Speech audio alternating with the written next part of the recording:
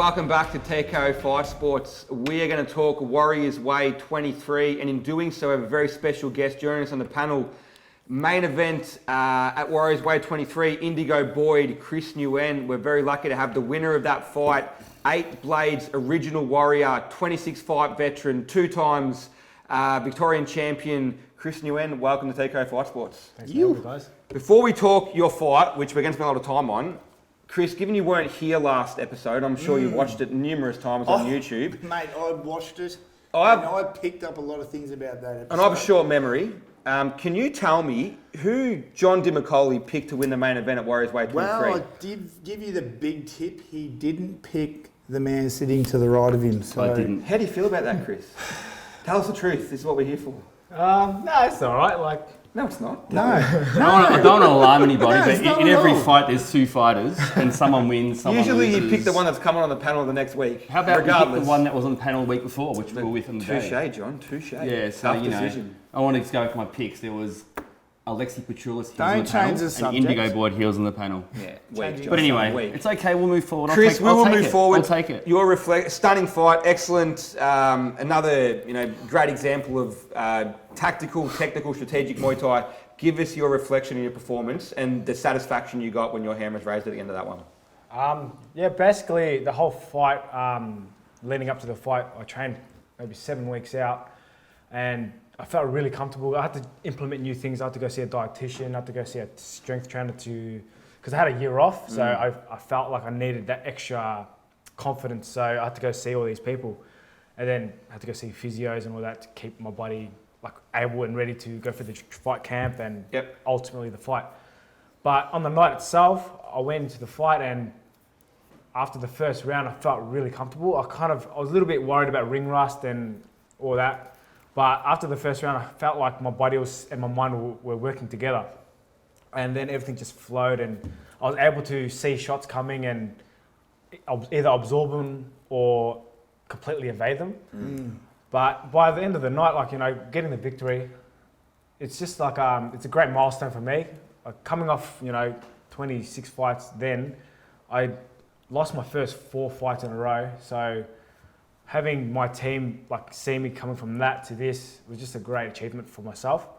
And I'm just looking to continue that on and, keep the momentum going. Good. I'll see you go. Sorry. You go for it. No, Goat, you go. It's okay. Thanks, AK. Appreciate it. I must say, in that fight, if there was ever, I suppose your strength is going to be your clinch game, and you implemented that to absolute perfection. You had the clinch game for 5 rounds, and it really had Indigo struggling from the very first round. He couldn't get out of your clinch. You clinched in that hard that he could not. He had no idea how to get out of it. It was very, very impressive. Was that something you worked on going into the fight, that you knew how to work him out, and that was your main strength? Yeah, I know that my clinching is my main strength, but through camp, Superboy and Dom always try to improve my skills, whether it's boxing or kickboxing, because I did ultimately come from a boxing background and a kickboxing background. So I always have those skills, and they always build upon all those skills that I already have. And like most good trainers, there's no such thing as a perfect fight. So I'm sure Boy's going to have more things that he's going to want to teach me and for me to improve on. But definitely in that fight, my clinch, I felt confident in my clinch, and I felt that I had that advantage over him. So I definitely try to implement that more in the fight. That was very well done.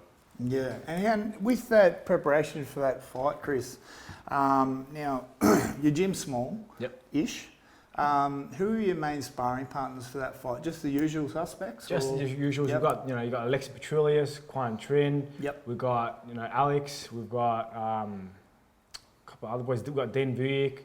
We've got plenty of other boys that are coming through all heavier. Normally, because I'm the lightest fighter there, I'm just really struggling when it comes to clinching and sparring. I'm making a point here for you little kiddies out in Muay Thai world out there. John, you listening? So that's my point.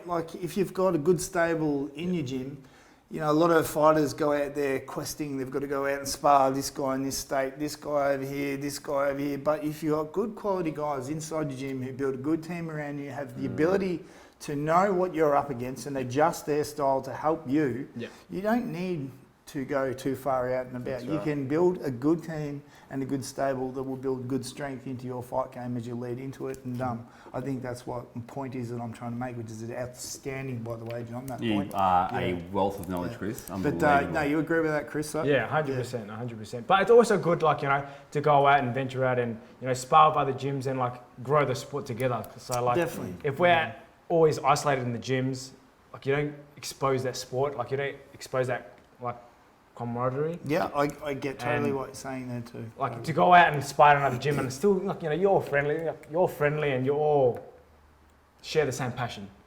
So, to experience that with other fighters is just something very special, I feel. John, given you raised your hand, like So- you're a so little kitty it's watching here. this, please I go. am.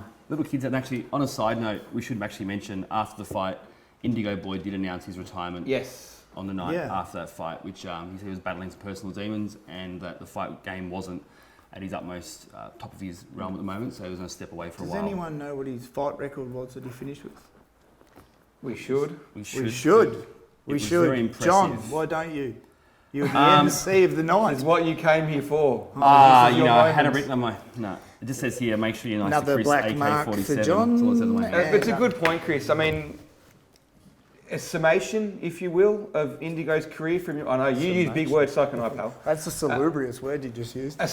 Can you reflect As a cerebral For assassin John. on this panel. Yeah, on well, Indigo's career in general? Like, give me Yeah. the highlights from your perspective. Yeah, I'll reflect and reminisce on that, and totally. Indigo was a great fight. Always had big heart. No, I'm trying to be serious now. I love the way I felt he was a hands fighter first. Yes. Always very dominant with his hands and elbows. You're right. It reminds me a lot of Jay Darley in a way. Beast Gym are well known for throwing their hands. They've got their Johnny Bowman's got their boxing side as well. So it's always been attack, and Chris has done a great job negating Negating, yeah. That was a word for that. assault. Well. Yep, and yeah, he's done really well to combat that. So Indigo's had a great aggressive career. He's got some great highlights, and yeah, congratulations to from us Yeah, at absolutely. the team here, Indigo, on your career.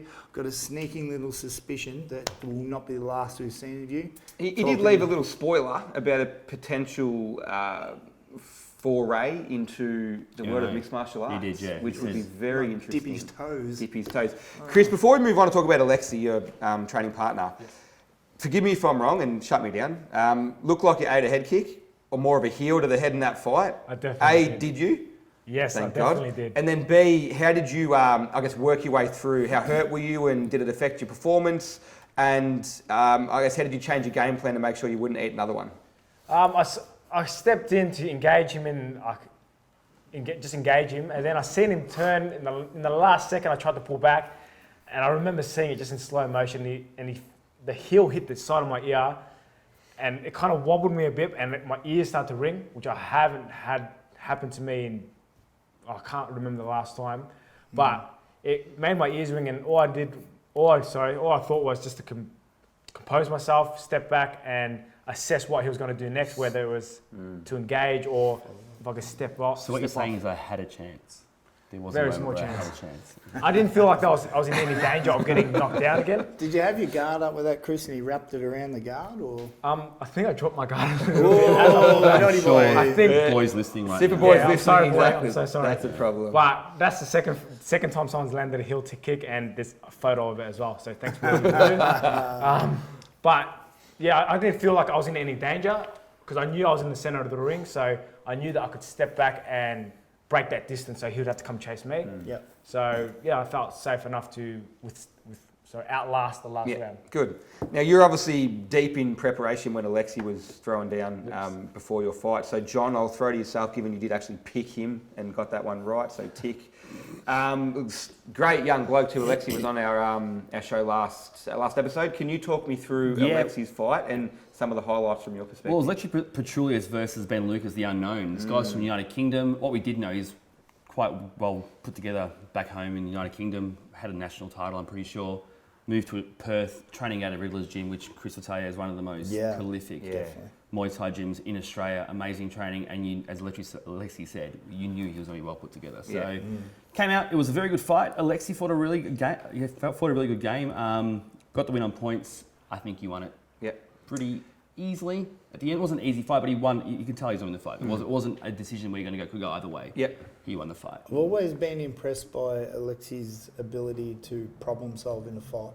Yes, Under he pressure. thinks on his feet, Alexi, and that's one of his massive strengths. You see some guys get under pressure and they'll panic and throw a big overhand or something like that. But he's got a great ability to back away, like you're saying, Chris, compose and then figure out a little trick or a setup or a shift of weight to be able to work his way through it. So it's a great trait he has and helps him with his career for sure. We will talk setup shortly because I want to pick your brain about another contest on that card. But Chris, how's Alexi pulled up and what are the future plans for that young man? Alexi's put up fine. I was with him yesterday. He came in, he went through a recovery process. I'm pretty sure he's going to be back at the gym sometime this week. He's hungry to fight again, coming soon. I'm pretty sure it hasn't been For his announced title? yet. Well, hang on. For his title. We got ourselves a special announcement. Break it. Just break Just it. break it. Just break it. Come on. Boy, break a it. double kill me. But I'm sure it'll be announced sometime this week. Good. But he's raring to go back in the gym. He's already training. Not already training, but he's already raring to go back to training. And just wait for that announcement this week. Can you tell us if it's in Australia or out of Australia? It'll be in Australia. Right. Good. I've Again, got more than Vic Ridge just gave us Yes. earlier on. My one love in any Muay Thai fighter, any kickboxing K1 fighter is a good head kick knockout.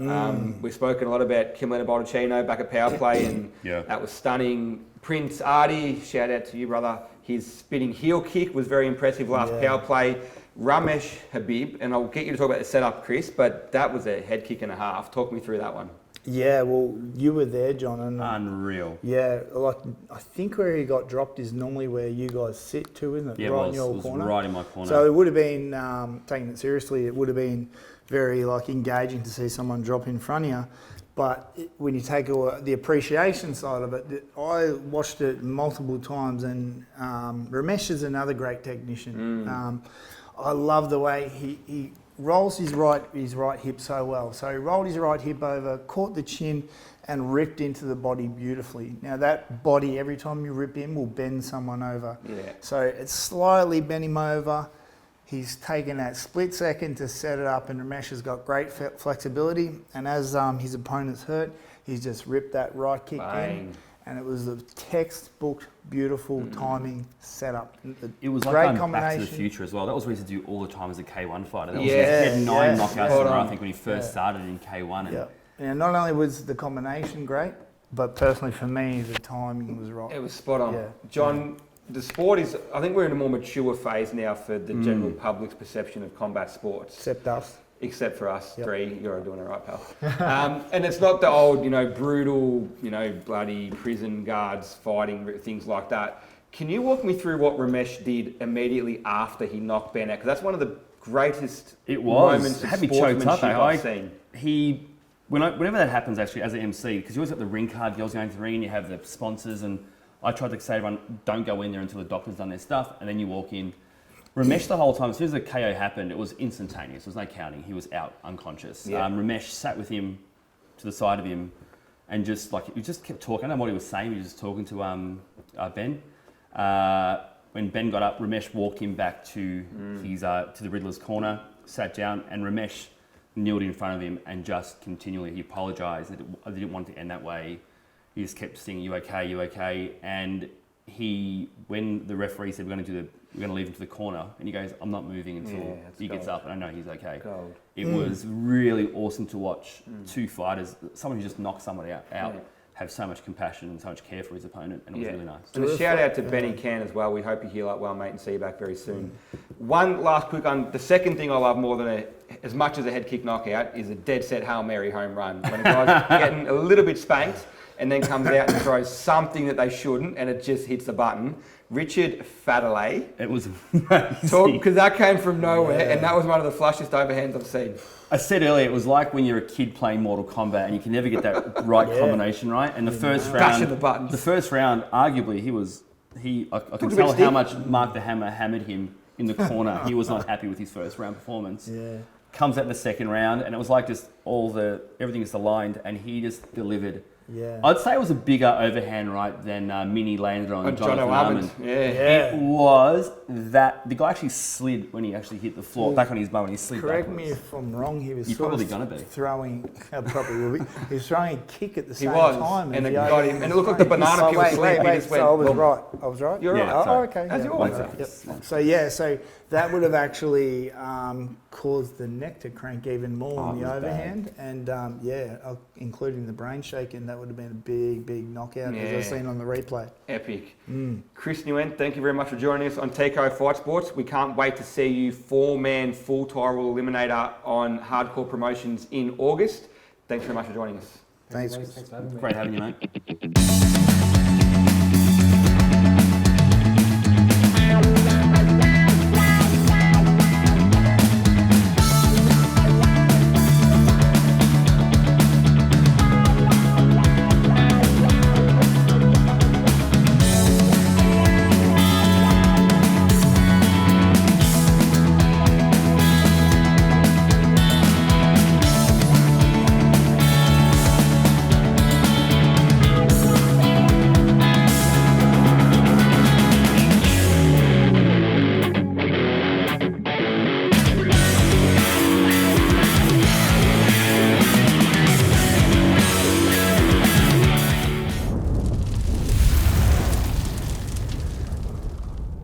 Welcome back to TKO Fight Sports. We're going to change our focus for the first time in our short history and talk some boxing, gentlemen. So we have Vic Grujic back, John DeMcCauley gone, so positives all round. And we have a special guest, Kayne Superman Clarke. I'm going to give you a good introduction. This is sort of my thing. So 7 fights, 7 wins, 2-time Australian champion, current South Pacific champion, 15 kickboxing fights, all-round good bloke as well. Kayne, welcome to TKO Fight Sports. Thank you. A pleasure to be here. We're going to talk Kings of Combat. So you have, and forgive me if I pronounce the name wrong here, Vachian Kamon. I think coming so. up on Kings of Combat. Talk to me about your prep, your mindset, and what you're going to do to that boy in this fight.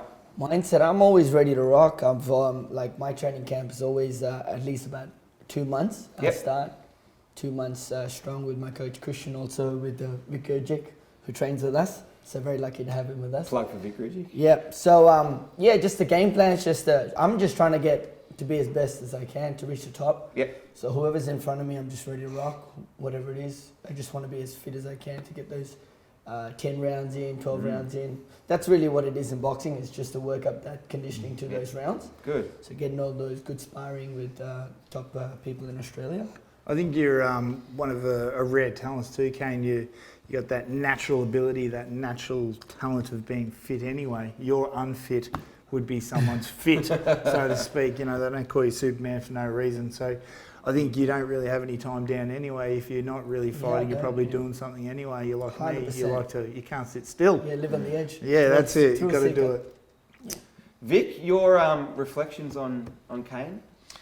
Kane and I have known each other for 7, 8 years or so now, Easily. pretty much, and trained together at previous gyms. And Kane was in a similar situation to myself, where we were kind of gym hopping and without real guidance from a real coach. We're going to definitely say Christian Enner is a real coach. That's 100%.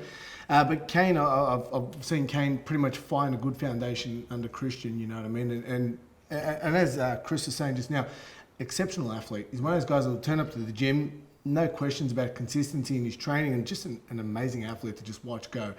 Obviously climbing, getting better and better every time we see him in the ring and fighting, and just, you know, all round good guy to be around and you know, draw a lot of inspiration off watching him train too and compete and fight. So, you know, Good. absolute gun. Thank you. And might add, an absolute champion of a person too. So Thank What you. about me? Am I right? you're all right. Not so much. Just had two When you got guys. your shirt off, you're a lot better.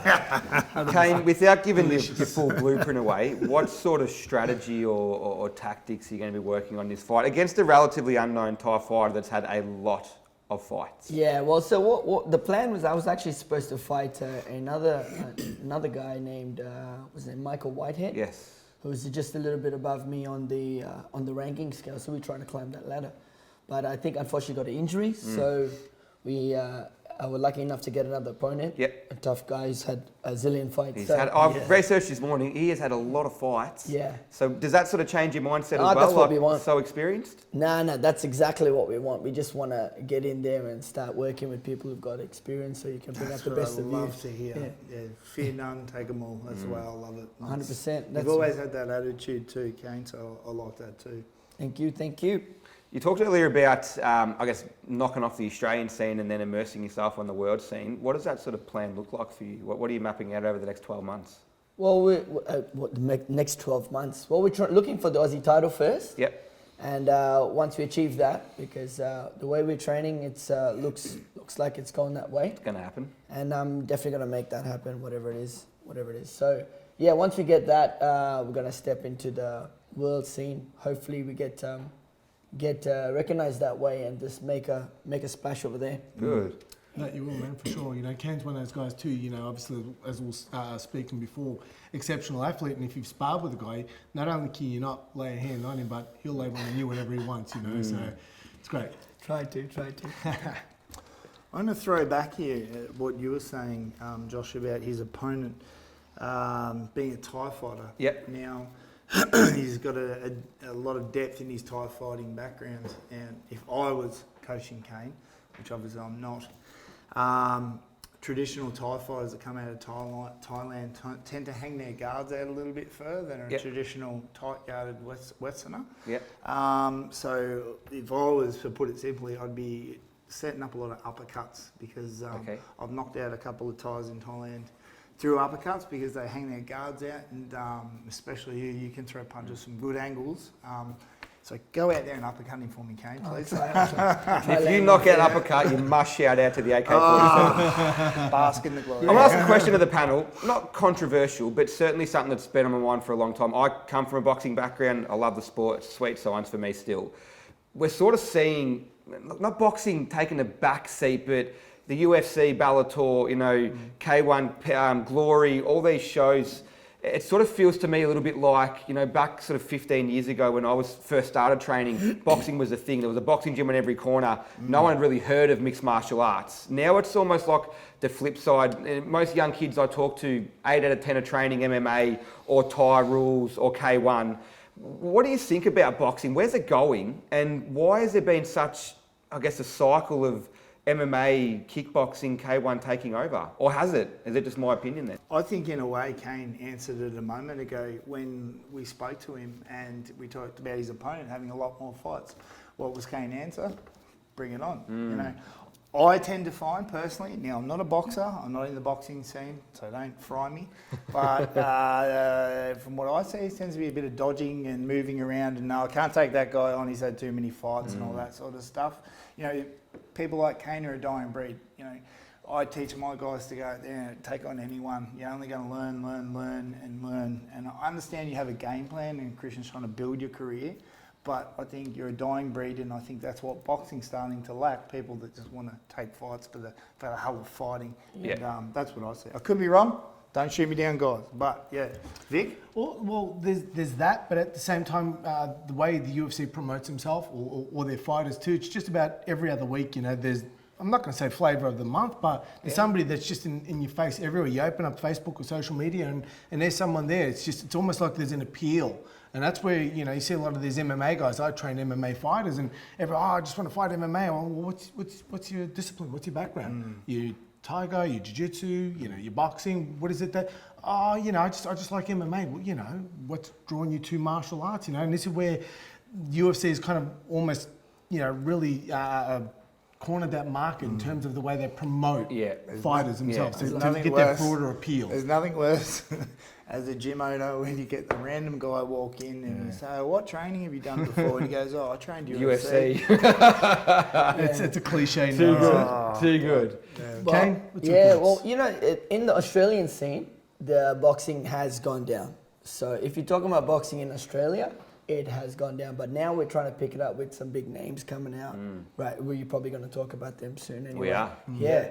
So that's the excitement in Australia, and hopefully myself and others like me will try to rise above that. But internationally, boxing has it's really coming out. Still You know, huge. and what they're doing is they're just trying to find those money fights. There's a lot of champions, undefeated champions, so they're trying to build their records up, so then they can have that undefeated fighter against undefeated fighter. So they have like more of a strategy internationally. I think that's what they're trying to do. So you're saying you're thinking it's more a little about the prize fighting as opposed to the actual purist fighting? Is that what you're Yeah, sort of so they build people up, and then they put them together, and then you get a bigger turnout. And now boxing is pretty huge at the moment. Well, of course, the UFC, but boxing is on the rise as There's well. some big fights. The lads are working on your own segments, which will be very exciting into the future. I don't necessarily have a segment or want one, but I want to have like a question. Delicious. I want to have a question that we ask every guest that we have come on. So, Kayne, you're going to be our very first one. This might not work, but we're going to try it out. Go. So, regardless of current status and divisions and bloody governing bodies, who is your dream opponent in the squared circle? Dream opponent. Dream opponent. Wow. You could just pick anyone and go, I just want to fight that person, regardless of where you're at in your careers now. Worldwide? Who's worldwide? Right. Who is the one person Like that currently, or before your career is over, so current, that you want to fight? oh man, I'd love to fight obviously Lomachenko. Yeah, Vasil, the Matrix. Just to be in the ring with that dude, the way he moves, it's just you watch him and you go, nah, you could have moved out of the way, but it's probably different in there. So it would be a great experience. Or Terence Crawford or somebody like Oh, I that. like Crawford too. Crazy athletes like that. Yeah. Yeah. How do you Good see to the hear heavyweight scene at the moment with a bit of hype around that? Oh, that's where it's at right now with Anthony Joshua, the Bronze Bomber, you know. Tyson. Tyson Fury. They've got to These- fight each other. But we keep coming back to now that it's got to. Look, Deontay and Tyson was good. Seems like Anthony Joshua and Tyson are dodging each other, and as is Deontay Wilder thrown into that. So let them fight, and then that will be. Chuck enough money in there, I'm sure they would. Oh, they will. Who's the immediate names, Kayne, that come to your 5 immediate names that come to your head in the Australian boxing scene? Well, a good friend of mine is Emmanuel Carlos. He's really ripping it up at the moment, so watch out for that dude. Yep. Joel Camilleri is just a hard, relentless worker. So right now in Melbourne, these are the guys that I like to talk about and think about as strong fighters. Yep. Kwamil Bella, I think he's coming back in the game. Okay. And a few amateurs that are trying to step up. They're just, like people are forgetting these amateurs are crazy, just as good as these pros. They're just untapped in right now. So there's a lot of talent. So it's good when you get recognition, like you can just real names. That's what I love too. If someone can just jumps to mind, that means that sport's growing too, in my opinion. Let's continue that path. I do want to come back and talk about Kings of Combat, but while we're on that path right now, Timmy Zhu and Joel Camilleri are going to fight for the Australian light and middleweight title, I'm pretty sure, in the very near future. Sam Labruno, Blake Caporello, big shout outs, good friends of mine from the past. Where's it going to go? That's a big fight for Australia. It's a great That's a fight. really good fight. So before I ask you some questions about Timmy, your initial prediction, if you're happy to give one, or if you don't want to pick a guy, which is understandable, just how you see that fight rolling out. What I will say is Tim Zhu is very strategic. Like he just picks his shots a little bit more set. Where Camilleri is extremely fit. He's relentless. He's extremely fit. So it could go any way. It just really depends on the night. You can't, like, I'd like to pick a winner, but if I was going to pick somebody I want to win, would just definitely be Joel. The Joel's weight class, and Tim's coming to that weight class, isn't he? I think Tim's a little bit heavier. Heavier, so he's coming down. So you don't know what the impact the cut and so forth will have. Lads, 100%. Yeah. Joel, Tim, where does your heart lie in this one? Well, again, you know, Tim comes from good stock. You know, his old man was an amazing champion. Top 5 pound for pound of all time, Costa Zoo for me. Fantastic fighter. But Joel, a friend of mine, you know, occasionally send him a message back and forth through social media, and he's a hell of a nice guy. He's even a school teacher during the day, you know, so for those that don't know that about him, so definitely you're going to be biased 100% on that one, backing Joel every step of the way. Yeah, it's a great matchup. As you said, the massive way I like to look at it is the underdog versus the person, the man, so to speak. You know, Tim gave him some great stock, as you said, Vic. But man, I've built my career off, and I've built my fight gym off being the underdog and taking on the challenges. And I never want to back an underdog. I never don't want to back an underdog. Sorry. I know Joel. We're all sort of familiar with Joel and that. But oh man, when an underdog is hungry and wants it, whew, they bite bad. You know. So for Timmy Zhu, as great as it would be having Costa was your father and all the Yep. technique and knowledge that he's passed on. How hard would it be coming from, you keep using the word stock, so you've got, again, same page, probably one of the top 5 pound-for-pound fighters of all time. Can you get out of that shadow no matter how good you There's are? pressure. There's definitely pressure there, 100%. Yeah. I feel that makes you rise above anything with that And pressure. I reckon yeah. he is. He's starting to, but when you talk about like where they're at, like he's got a long, long way to go. And will people remember Tim Tszyu or Costa Tszyu in the future? I think it's something that Tim can yearn for to get that status. But you just wonder and go, geez, pressure on that poor young kid. At this point too, I mean, he's already making waves for himself, you know. So obviously he's bypassed that, you know, so to speak. So Yeah, fair point. Yeah. Kane, well, I've got you going to throw another one without notice. Bit of a talk about if Timmy Tszyu wins this fight, that he would like to fight Jeff Horn. How do you feel about that one? Sure, these are great fights. They're all in the same weight, for sure. Yeah. They've all had enough fights to go against each other. So why not? You know what I mean? Guys, Jeff Horn, Tim Tszyu, you like it? let's go past this one first. I kind of like the sound more of Joel Kimmeleri and Jeff Horn. Yeah. Very good. It was Very more good. like leaning towards. for you, Joel. I feel like you picked It's all right, Tim Tszyu. No, no. Not just a pretty face. Just to clarify, we did not pick Tim Tszyu, but I read an article this morning that suggested that if Tim Tszyu wins, he wants to fight Jeff Horn. But by all means, if Joel Kamako wins, he may also get the Jeff Horn fight as well. Okay. So good luck to both guys. It's great to see boxing being back on the map here in Australia and some good young local talent. I want to quickly flip back to Kings of Combat because I'm very excited about Vedat and Charlie. Chris, AK-47 Bradford, give it to me. What do you reckon? Massive fan of Charlie Bub. Yeah, Massive huge. fan, like almost a man crush, but not quite Charlie, sorry to say. Great stylist, watched him fight a lot over the years. Vedat, is also a good technician. But something about Charlie's under pressure, he can deliver something special. Who wins? Charlie. Vic? I've seen Vedat fight. He's a friend of mine. I've trained with him in the past, and he's been overseas and been doing a lot of big things over in other countries around the world and broadening his experience. Yep. I'm going to say Vedat in this one. Do you want to split it? Yeah, I would go with Vedat. He's just hungry and crazy. And I've sparred with him, I've moved with him, I've trained with him. Yeah.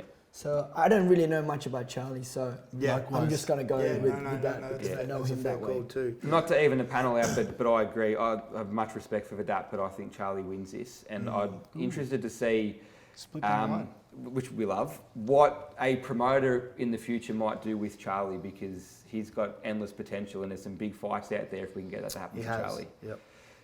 Kings of Combat, sold out, we're to believe, ticket-wise. Through live boxing, you can watch the streams. Congratulations to Hisham on another huge show. Kane will be performing his craft as well as he always does, so grab that stream. Some great fights all round. Kane, good luck. We hope to have you back on the show shortly. Thank you so much. Happy for having me here, guys. Thank you.